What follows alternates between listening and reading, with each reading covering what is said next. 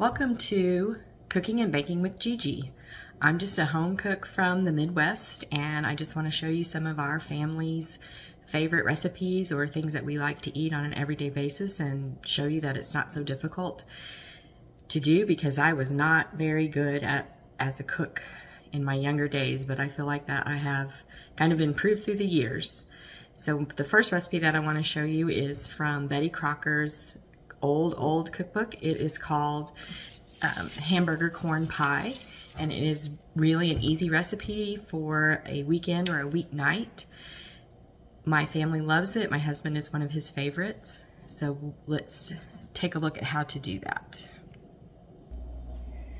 The first thing that we're going to need is a pound of hamburger and 1/4 pound of pork sausage, but you can really adjust that to whatever you and your family enjoy. You can add more pork or less pork.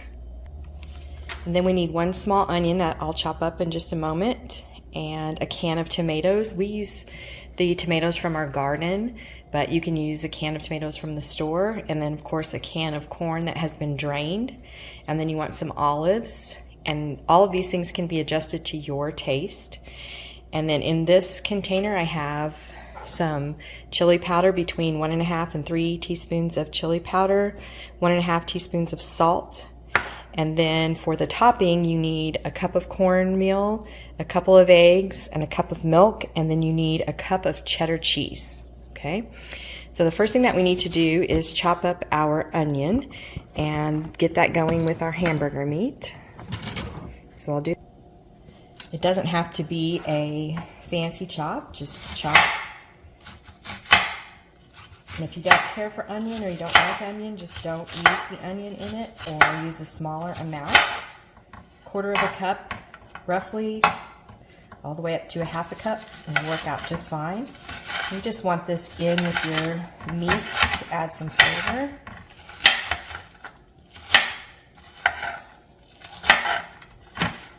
Get it roughly chopped up to whatever size your family will eat, and that will cook nicely.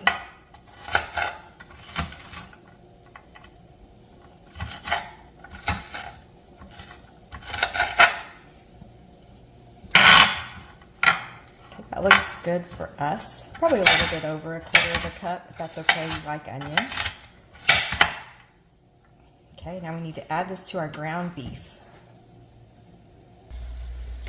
Alright, so we're going to add our onion to our ground beef, and then we're just going to brown this on a medium-high, medium heat, and just get it all browned up.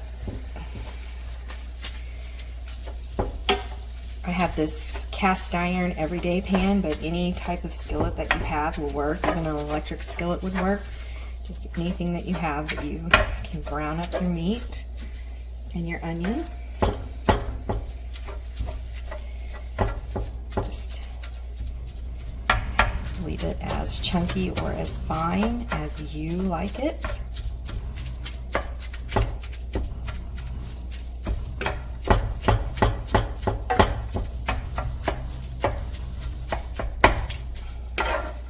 Just get that all browned up as best we can.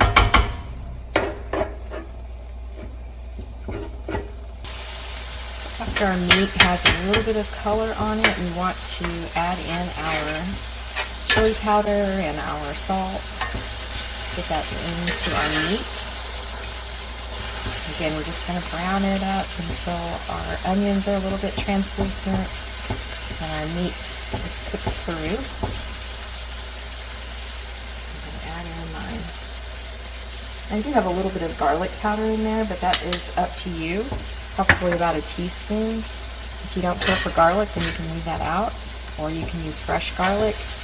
Just didn't have any fresh garlic on hand, so I just used some garlic powder that I had.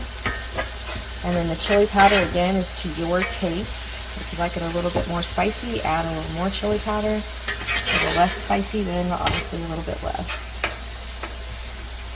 Alright, this is looking pretty good. Let that cook a little longer.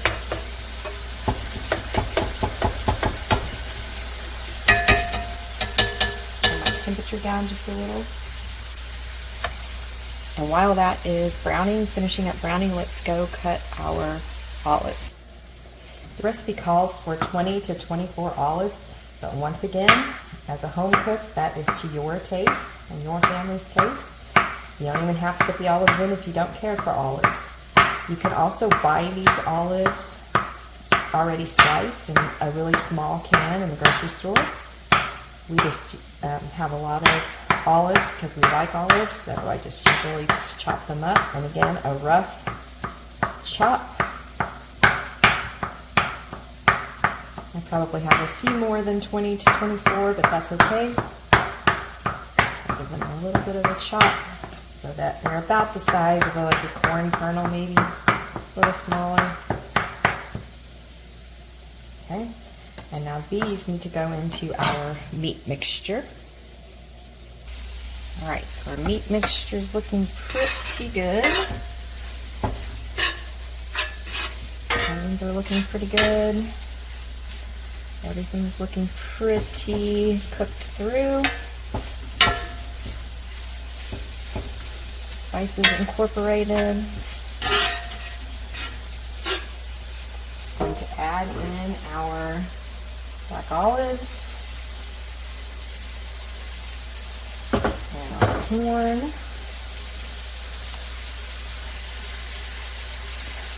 And our tomato. And again, these are from my garden, so they're a little bit more watery, but a can of tomatoes, just chopped tomatoes, is perfectly fine. And you just want to make sure that all of these are up to temperature and that it's very well incorporated.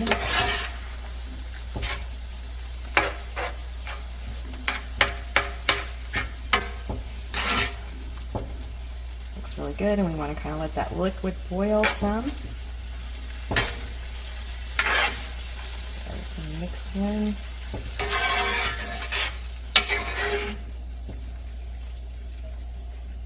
It's a really good casserole. It holds up well. It's good for leftovers. Be served for lunch tomorrow. Just this with a side salad is really all you need for a meal.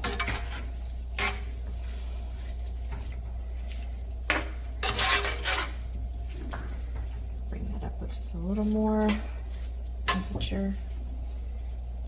Okay.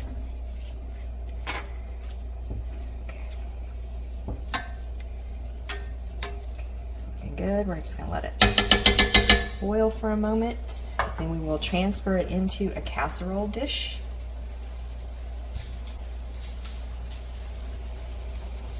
For topping, I'm going to get our oven going.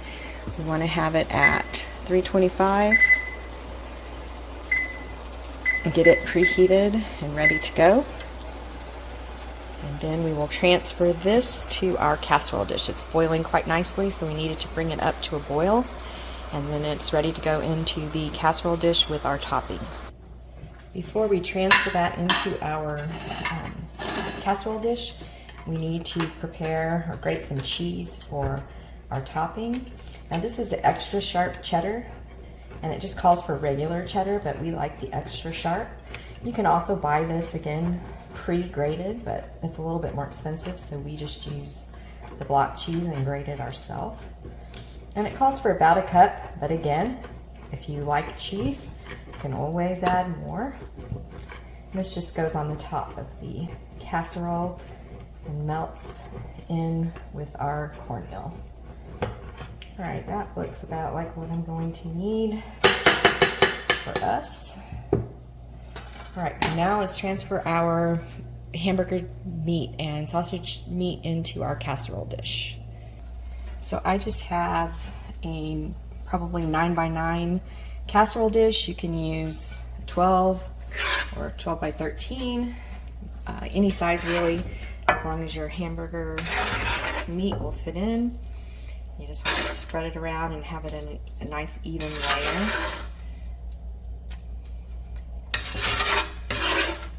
The longer the dimension, so a 13-inch casserole dish would make a thinner layer of the meat mixture, which is fine. Just use what you have. And you could, since this is a cast iron pan, we could have just put our topping on the top of this and use our cast iron. But it is a little bit larger dish than what I want. So that's why I'm transferring it over to my 9x9. All right, that looks pretty good. So we have that all transferred out. And now we're ready to prepare our topping. So what I have here is 1 cup of yellow cornmeal, and then I have 2 eggs, and I need a cup of milk. But I need to crack these eggs and beat them a little bit before I put them into my cornmeal. So we just want them well beaten so that they mix well. Okay, put that into our cornmeal. And then we want a cup of milk.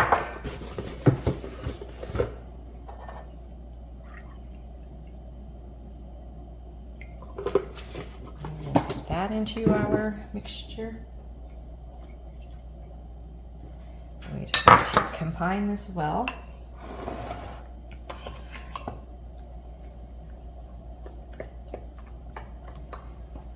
It is a little bit runny, so just be careful when you're stirring it, but you just want to get your egg and your cornmeal and your milk all incorporated. And then this will go on top of our meat mixture, and it makes a nice crunchy cornmeal topping for our casserole. It's called a hamburger corn pie, so it does kind of give that crust topping to the pie. Oh, that looks pretty good. I like to put a little bit of cheese into the cornmeal.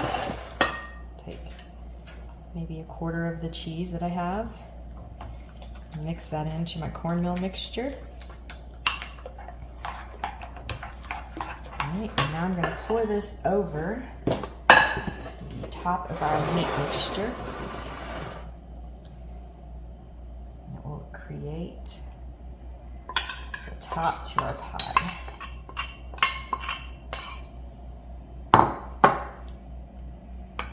Make sure you spread it so it's all of the meat is covered, and it will go down in between a little bit. That's all right. All right, there we have it. It's all covered. And then layer it with the rest of your cheese.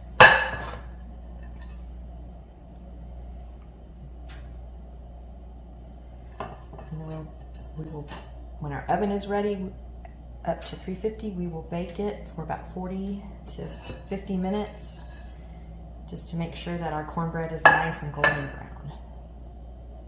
Okay.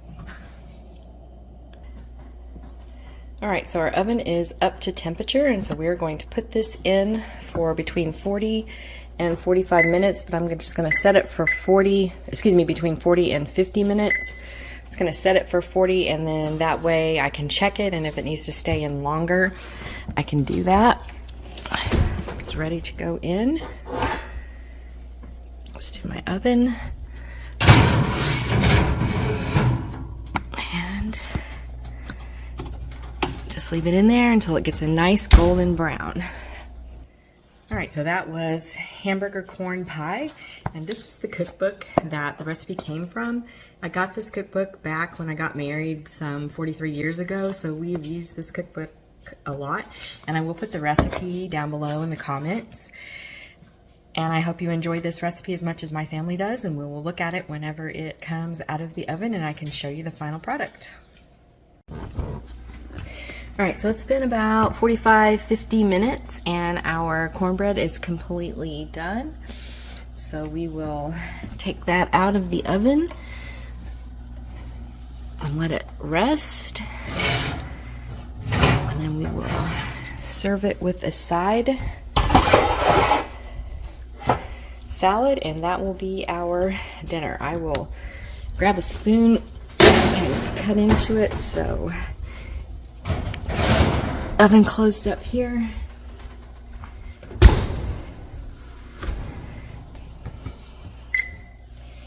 And we will look at it. bit too hot to eat, but we can always just look into it and show you what it's going to look like. Okay, so here you go.